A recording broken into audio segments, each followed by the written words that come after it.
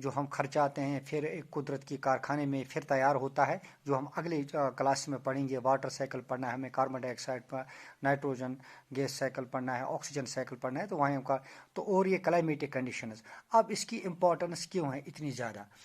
یہ جو role of year جو ہے یہ سب سے مانا جاتا ہے یہ میڈیم آف لوکو،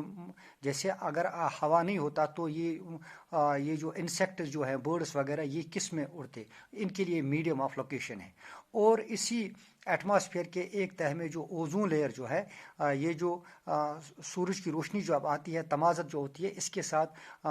یہ جو ہوتا ہے یہ الٹرا وائلٹ ریڈیشنز، تو ان کو روکنے کے لیے اوزون لیئر جو ہے ایٹماسفیئر کی یہ پروٹیکٹ کرتا ہے living organisms from harmful radiations of the sun. یہ سورج سے جو اتنی آتی ہے ویزیبل انفرا ریڈ لائٹ آتی ہے، ویزیبل لائٹ آتی ہے، اور الٹرا وائلٹ، ان الٹرا وائلٹ ریڈیشنز کو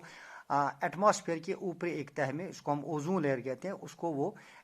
کیا کرتا ہے ایبزارب کرتا ہے۔ تو یہ ایک الٹرا وائلٹ ریڈیشن زمین پر نہیں آتی، اگر یہ آتی تو زمین پر یہ جو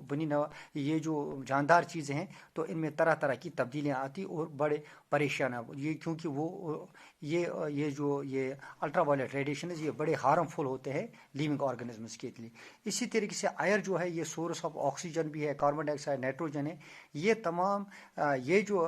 یہ کانسٹیٹوئنٹ جو ایٹماسفیئر کے ہیں یہ ریکوائر ہوتے ہیں، یہ ہمیں ضرورت پڑتے ہیں ویریس میٹابولک ایکٹیویٹیز، یعنی جتنے بھی جاندار چیزوں کے اندر بہت ساری میٹابولک ایکٹیویٹیز ہوتی جو ہیں جن کی وجہ سے زندگی رواں دوا رہتی ہے، ان میں جو میٹابولک ایکٹیویٹیز جو ہوتی ہے تو ان کے لیے اس آکسیجن، کاربن ڈائی آکسائڈ اور نائٹروجن ہونے کا ضروری، اس لیے ایئر کی بڑی امپورٹنس ہے۔ اتنا ہی نہیں ہے، ہوا مدد کرتا ہے، جیسے ہم نے پڑھا ہے کہ بہت سارے جو یہ پلانٹ جو ہوتے ہیں جن کے یہ سپور جو ہوتے ہیں، یا ایسے کہیں گے ہم پولنز جو ہوتے ہیں جو آپس میں میٹ ہوتے ہیں، تو پھر وہاں ایک سیڈ بنتا ہے یا ایک فروٹ وجود میں آتا ہے، وہ انہی کی وجہ سے ہوا ان کو ڈسپرس کرتا ہے تاکہ ان میں پولینیشن ہو جائے گی، یعنی وغیرہ اس کے لیے ہوا کام کرتا ہے۔ اتنا نہیں، ہوا مینٹین کرتا ہے ٹمپریچر، یعنی زمین کو جو ضرورت ہوتا ہے ایک ٹمپریچر مینٹین کرتی ہے وہ ہوا کا ہی کام، کیونکہ کاربن ڈائی آکسائڈ کام کرتا ہے یہ جو انفراسٹریٹ ریڈیشن جو ہوتی ہیں ان کو یہ ابزارب کرتا ہے، تو ارتھ کا ٹمپریچر مینٹین کرتا ہے، جس کو ہم بولتے ہیں یہ ایسے ہی ایک چیز ہے ہوا جو ہے یہ مدد کرتا ہے کس کے لیے، جو ساؤنڈ ویو جو ہوتی ہے ایک ٹرانسمٹ ہوتی ہے ایک جگہ سے دوسری جگہ تک کمیونیکیشن کے لیے وہ۔ اسی طریقے سے آئنوسفیئر جو ہے وہ ریفلیکٹ کرتا ہے radio waves back to the earth for long distances communication due to the presence of ions and free electrons in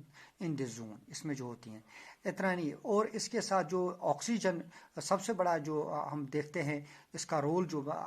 year کا رول بنتا ہے کہ ایئر میں ایک کانسٹیٹوئنٹ ہوتا ہے، اس کو ہم آکسیجن کہتے ہیں، ایک گیس ہوتا ہے آکسیجن۔ یہ آکسیجن جب ہم ایئر کے ذریعے سے اندر لیتے ہیں، انسان یا حیوانات جب اندر لیتے ہیں تو ان کے اندر یہ آکسیجن چلا جاتا ہے، تو سیلز کے اندر، یوکیریاٹک سیلز کے اندر جو گلوکوز فوڈ کا کانسٹیٹوئنٹ ہوتا ہے وہ اس کے ساتھ جڑ جاتا ہے اور ایک کیمیکل ریئیکشن ہوتی ہے جس کو ہم ریسپائریشن بولتے ہیں، اور وہاں ریسپائریشن کے دوران ایک انرجی بھی نکلتی ہے جو سٹور رہتا ہے ان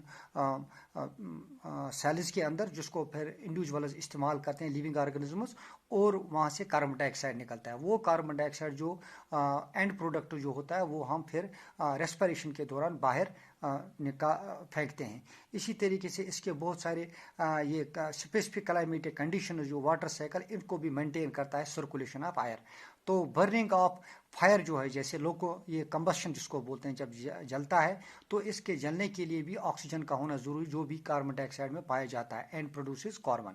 تو یہ بڑی امپورٹنس ہے کس کی، ایئر کی۔ گویا ایئر جو ہے یہ سب سے اہم نیچرل ریسورس مانا جاتا ہے زمین کے اوپر، اس کے بغیر زندگی جو ہے یہ رواں دوا نہیں رہ سکتی ہے۔ اور ایٹماسفیئرک جو جتنی بھی چینجز،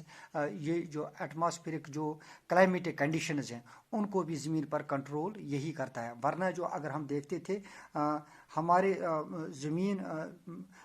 سورج سے جتنا زمین دور ہے تقریباً اتنا ہی قریباً مون یعنی چاند بھی دور ہے، مگر چاند پر جب ہم ٹمپریچر دیکھتے ہیں وہ -190 degree Celsius to 110 degree Celsius, کیونکہ وہاں آپ کو ایئر ہم نہیں پاتے، جس کی وجہ سے وہاں جو ہے یہ